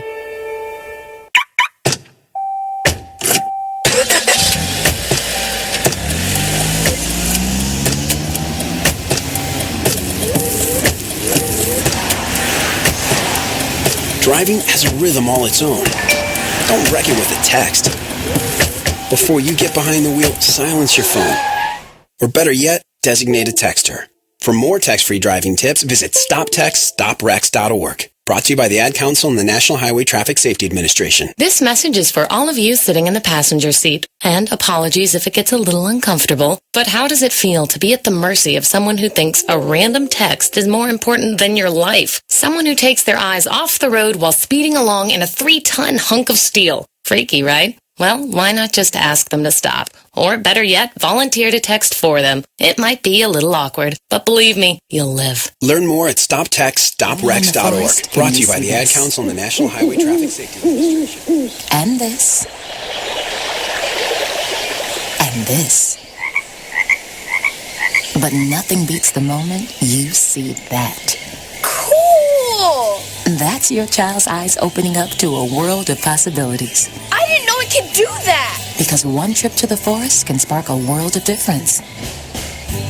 There are some moments only the forest can inspire. Find yours at discovertheforest.org. Learn about forests near you and discover cool things to do when you go, like hiking, canoeing, fishing, or camping. Or create your own adventure with family and friends, and you might just see this. Your moment's out there. Find it at discovertheforest.org. That's discovertheforest.org. Brought to you by the U.S. Forest Service and the Ad Council. Steven. Who said that? Me, down here. What are you, a yellow booger? I'm a banana slug, Steven. Well, what are you doing in my room? I'm your sense of adventure. Don't you remember me? Don't you know that we miss you? Miss me? Who misses me? You know, all your friends in the forest. The trees, the pond, that little fort that you made out of branches. We all miss you. Mom took me to the forest last year. I'm a slug, Steven. It took me a long time to get here. Oh, I guess that makes sense. The forest is not that far away. Have an adventure today. I'm sure your mom would take you. You're right. I should get out. I want to have fun. Play in puddles, catch frogs, and climb trees. Hey, Mom! Yeah, hon? Steven, what is that in your hand? It's my sense of adventure, Mom. It's telling me we need to get out of the house and have some fun in nature today. Come to the forest where the more adventurous you lives. Check out discovertheforest.org for cool places nearby. Brought to you by the U.S. Forest Service and the Ad Council. I posted, I boosted. That, oh, we live. Sorry. Welcome back. They have already, oh yeah. When I was coming here on one of the DC stations I was watching, they like probably a good 300 people walking down Pennsylvania Avenue. But they're not fans. Huh? None of them are fans. No, it's protests of the inauguration. It's going to start today and it's going to end on Sunday. He need to just do They already think that, I don't know why they think that 900,000 people are going to be there. See, that's why I want to watch, because I want to see what's going to happen while it's happening. That's why I want to watch. I mean, because if I was one of them 900,000 people, I would be fearful for my safety after what happened here, and then trickle to us still having protests to today. Every so often, every couple of weeks we have another big giant protest that happens here. Right. Like, I would be kind of somebody's Facebook Live though. I wouldn't watch it on TV because you're not gonna really see the effect of that. You gonna see the emptiness. You gonna see like that they're all against him. They're not for him. Right. Like, I wanted to actually go, but you're right. I did. I wanted to go just to be there for whatever was going to take place, but at the same time, I had to, think about my safety. Yeah. They think that it's like because I know, like everybody isn't Team Trump, but where it like has the respect for the president period of the United States has gone, regardless of who it is. Why we just can't appreciate the fact that we have you have to respect person coming in. You have to respect everybody else if you want to gain respect. Yeah, but not every president was for us. Not every Reagan, Bush. Come on now, like you have a lot of right. But again, back then, like I said, we weren't really in the political process. If Reagan would have came out and said that I want to build a wall, if Reagan came out and said the same thing that Trump is saying now, I don't think he would get as much. And you got to realize though, 20 years ago, that would have been 30 years ago. Right. We were really, really in the minority. 20 years later, we're approaching, getting ready to actually surpass minority status and be the majority. So if we're building, why are we kind of threatened by Trump? It's not like why is it? We're threatened by him because it seems like the country is going backwards, not forward. How do you see him taking us forward when everything that he suggests is taking us a step back? Make America great again? Well, that's. And he hasn't got no. That's talking. That actually feels like you're talking down to me. Right, and he has Make America great again. I thought we were supposed to be the richest country in the world already. I thought we were already great. I thought look at this. We got tablets and stuff. I really cannot make this up. I got a Samsung S7. If you go on YouTube, Monny, and look up Donald great. Trump I'm black on with a Oprah Winfrey Show 28 years ago when he said "Make America Great Again." This wasn't the first time he's actually said that on a broadcast channel. He said the same thing 20-something years ago. Right, but what do you think? What do you think has been? What do you think has been mainstream since 20 years ago? Why do we have to affiliate the word "great" with white? Music. I don't get it. Anything like that is we're not doing that. We're not saying that. Why isn't America already? He has not once, with all this racial tension that he's created, he has not once got on TV and say, "That's not what I mean. Okay. I want to do this." He hasn't done that, so that means he's because maybe that's not what he means. Maybe it's the media that's making it seem like. Quick question: who do you think he's talking about when he says inner cities are falling apart? Why do we always think about that as black people? You can go to South Baltimore right now. It's nothing but a bunch of white people that's living underneath the poverty level. Also, it's not just black people who live in the cities. It's not just white people who live in the suburbs. But the majority that's of just how we think of it. The majority of cities are urban cities. The majority of them. But that's what we're talking about. The majority means the majority. It's a lot of white people who live we're in going with back us to too. this math thing that you don't seem to like. Oh. It was never my strongest subject, so you're right. I'm not good with numbers, so you're right. But I don't know. I just, I don't know. It's just he's not uniting the country. Any other president under this type of tension, they would have come out already and did a press conference and said, "Look, I want to do this for you. I want to help you He's not doing anything because everything that we think he's thinking, that's what he's actually thinking. He doesn't care about you and I. He only cares about that top 10% that can afford to be on his side. He doesn't care about anybody. Where did the middle class go? Because it just seems like it's just rich and poor now. So which president was responsible for getting rid of the middle class right now? Because it's a lot of middle class Americans who receive food stamps right now. Bush. So where did they go? Bush did that. So then you had Obama in office for 8 years. So he cleaning up his mess. That was when the foreclosure happened in 2007. As a result of him with that war, spending all the money over there and not taking care of responsibilities here. Right. Amen. So when Trump says "Make America Great Again," you don't think that means let's try to rebuild middle class America so people won't be. But what are you going to rebuild them with? That's the quick question. When you say you're going to create jobs, that's not a president's responsibility. That's business. That's on a you can't think business. That's what Obama did, didn't he? Like, didn't he bring in more jobs? That's not what he did. He gave stimuluses to make business. Make business operate. But if those businesses took them stimuluses and said, "Okay, we did hire these people, but the workforce never increased," then that wouldn't have been the stimulus wouldn't have been effective.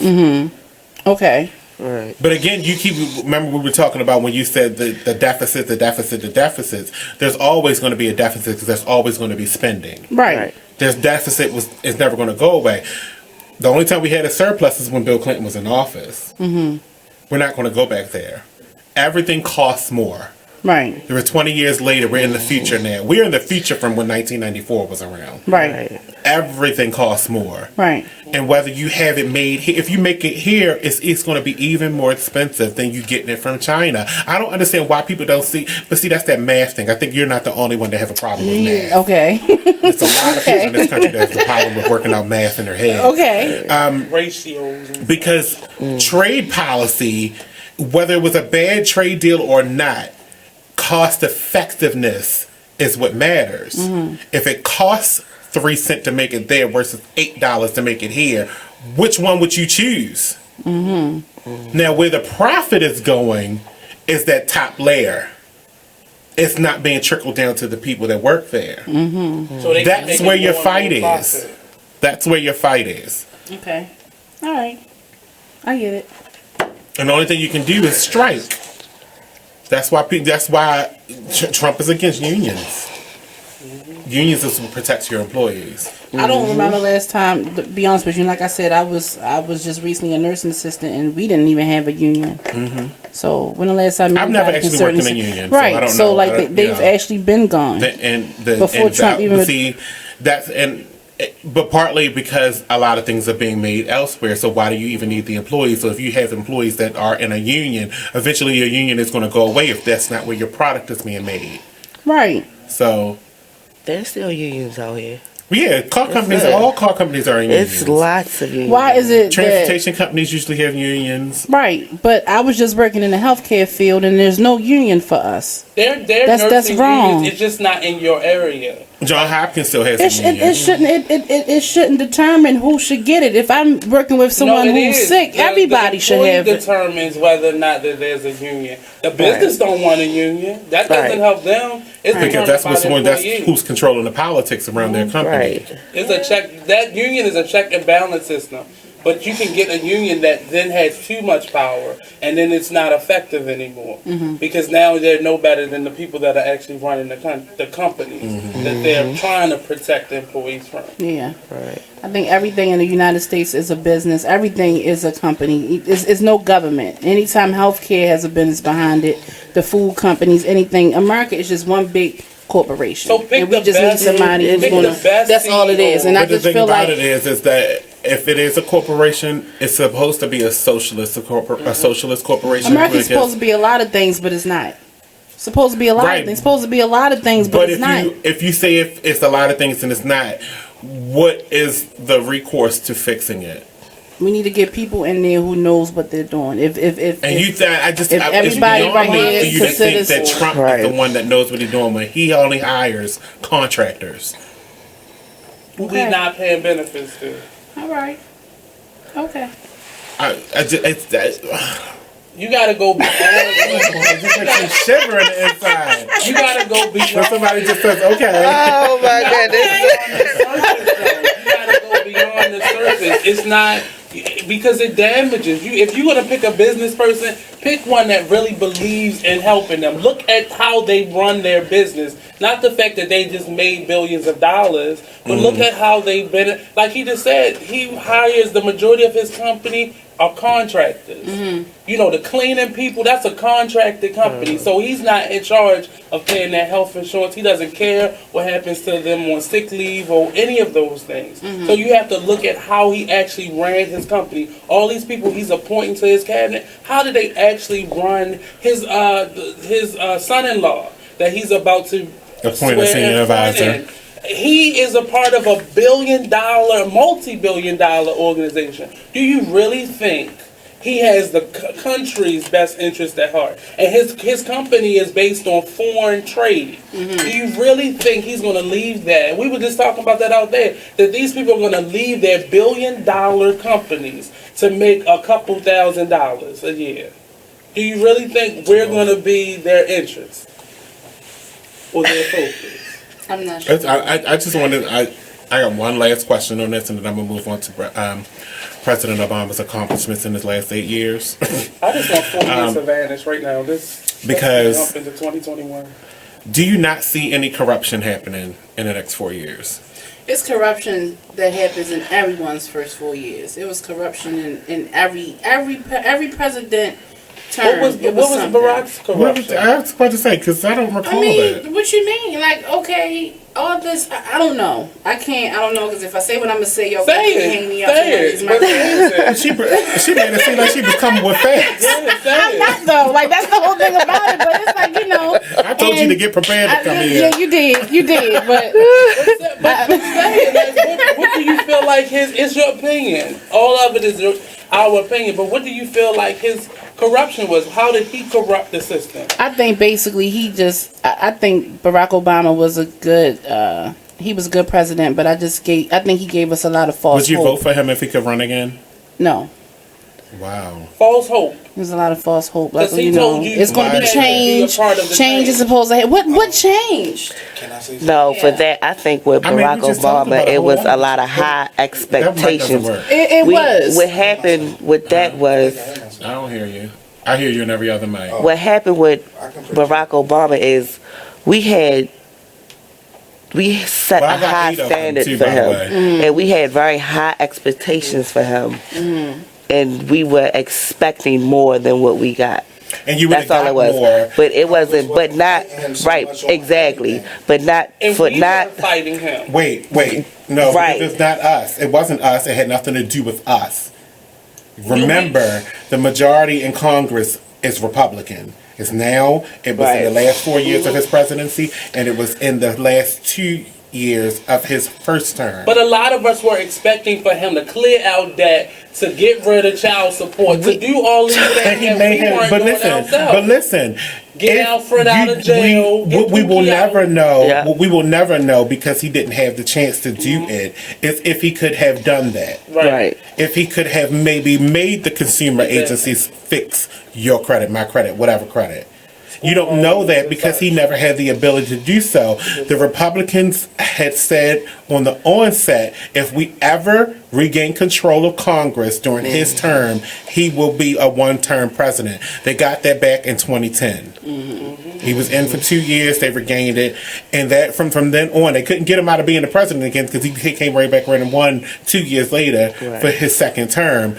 But what they did do is stop him from making anything go through. Government. I honestly think that is the perfect way to put it. I think that Barack Obama should, and I'm sorry, I'm a little tipsy, but what is that called? Moscato. Yeah, that's our disclaimer, y'all. It is.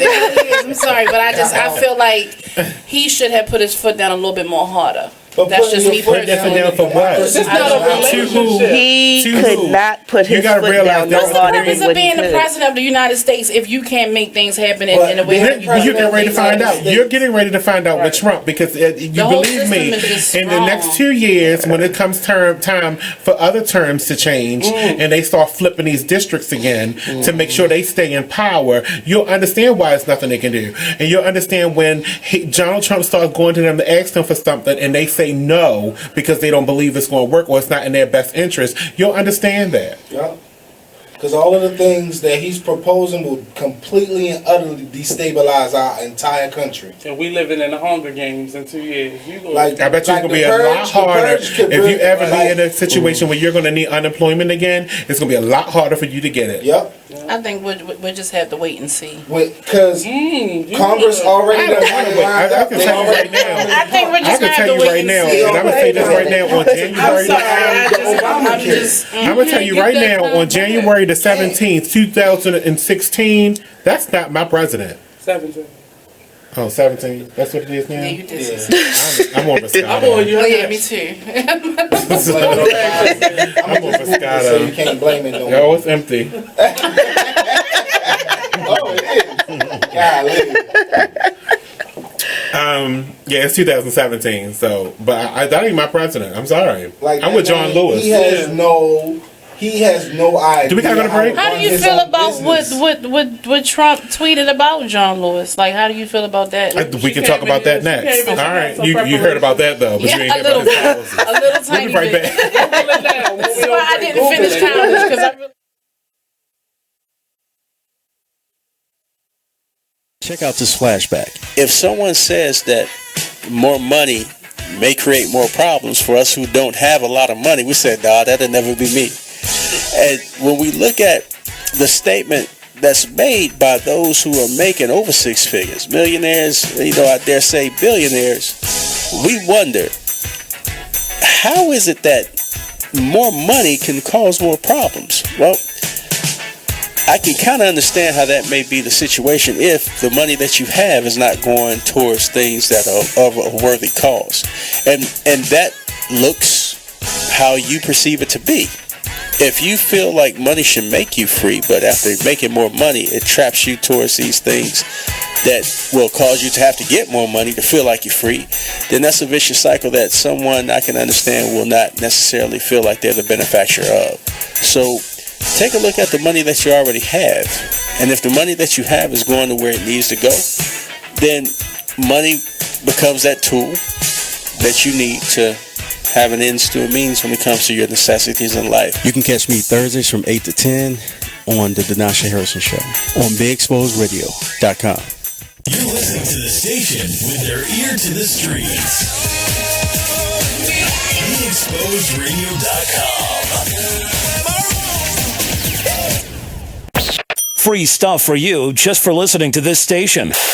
Yo, we got your attention? Here's how it works. You click on the radio loyalty banner right now and sign up. Then you keep on listening like you already do. But now you earn points. Those points add up, and you can trade them in for cool stuff in the radio loyalty store. Earn more points by sharing your station with friends on Facebook and Twitter, answering surveys, and by using the apps in the New Players App Store. Pretty simple. Free stuff just for doing what you already do. Radio loyalty. Click the banner to join now. You are listening to BeExposedRadio.com, the home of Talk Lately with Monny, every Tuesday at 7 p.m. All right, welcome back, everybody. It is Talk Lately right here on BeExposedRadio.com. It is now the last segment of the show tonight. I think it was a good one. It's a winner. I do want to get... What was your question? You asked the question. I wanted to know what was your standpoint, or what was your personal views or opinion on the whole Trump versus John Lewis situation? You're not stumping me, but it's something that I didn't think about for this show, so it's kind of... I think Trump, though, I'll say this about it, because I think Trump is...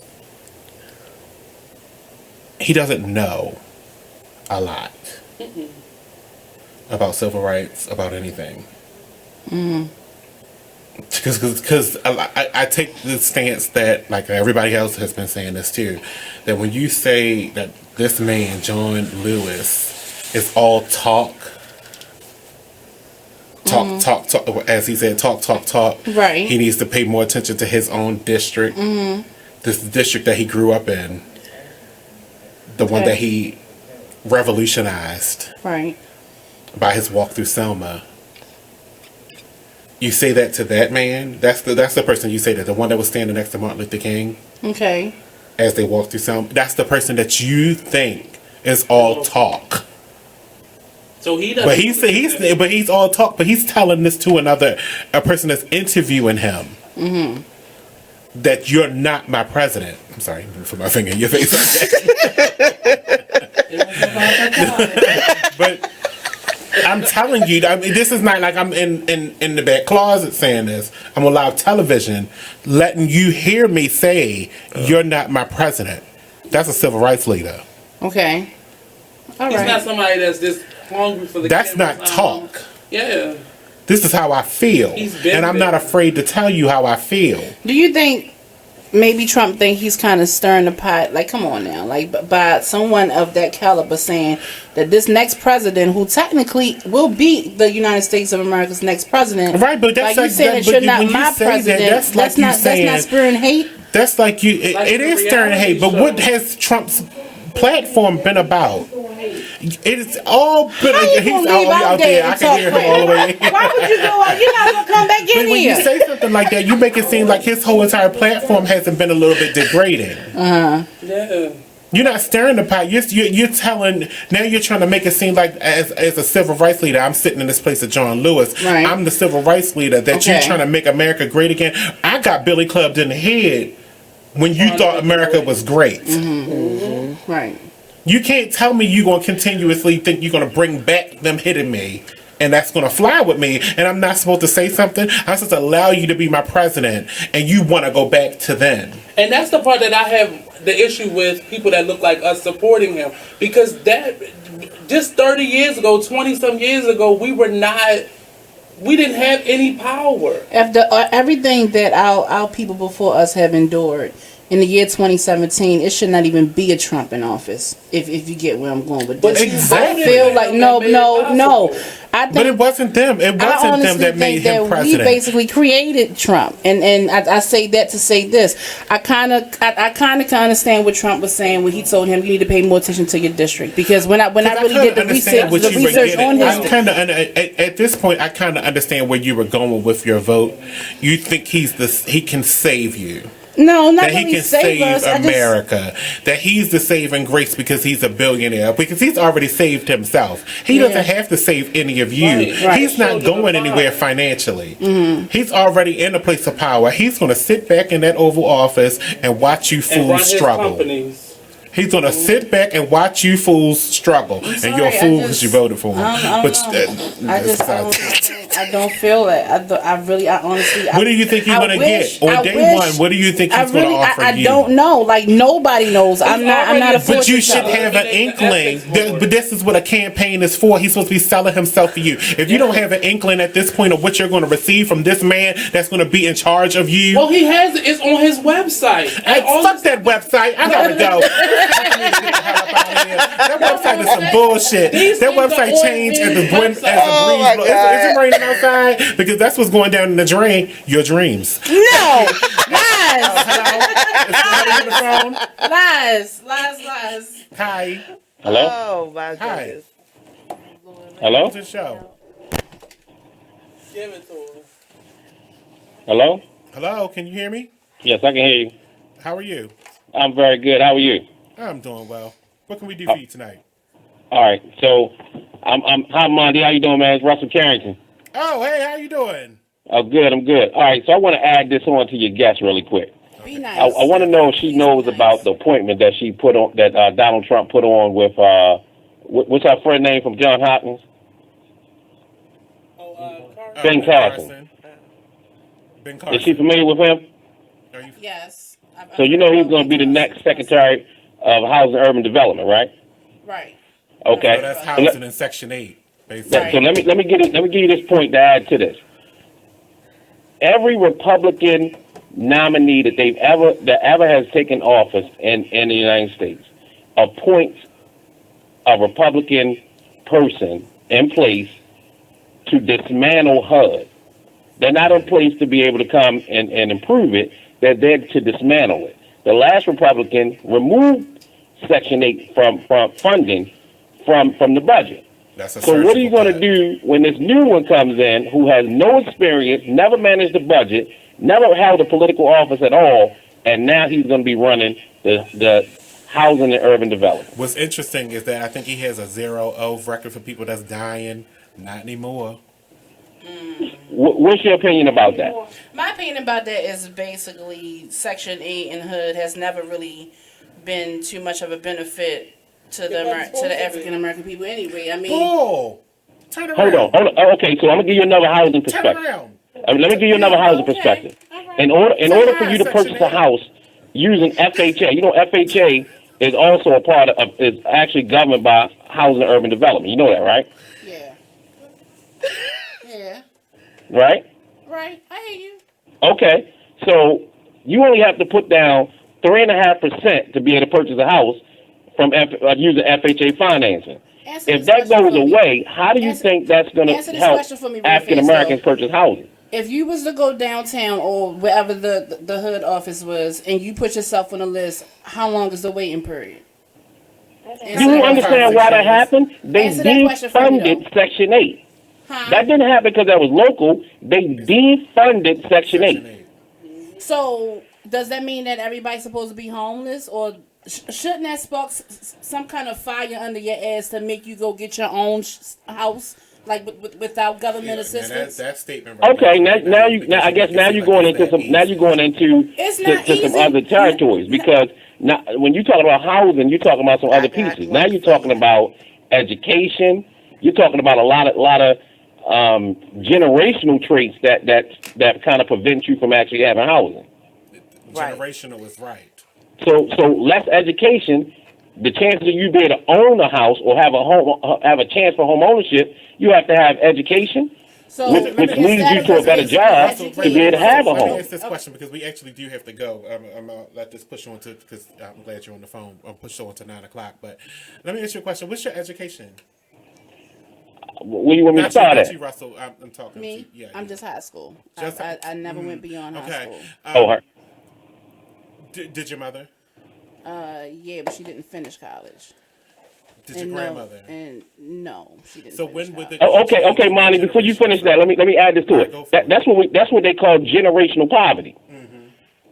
So I'm not on Section 8. My grandmother was never on Section 8. My grandmother nor my mother never had food stamps or any kind of government assistance. My grandmother, for her to be 95 years old, she was the manager of the Montgomery Ward's company. My mom was a correctional officer for well over 25 years. So I personally didn't experience food stamps or any kind of government assistance. Okay, so maybe what I just said might have went over your head. I said generations of poverty, generational poverty. That doesn't mean that you don't have education. Generational poverty is an income balance.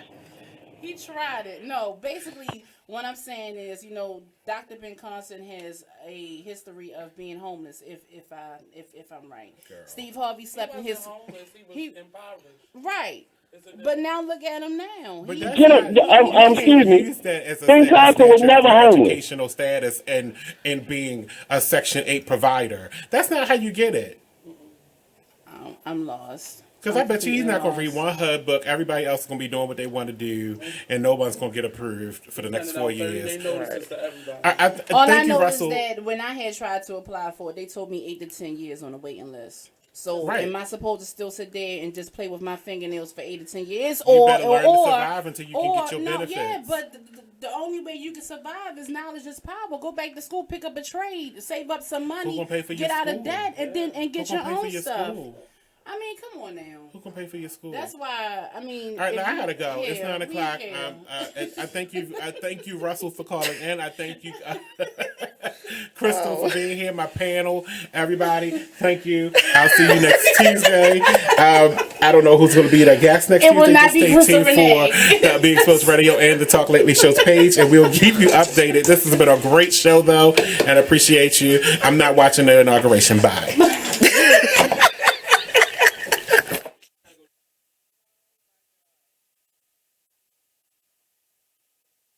You are listening to BeExposedRadio.com.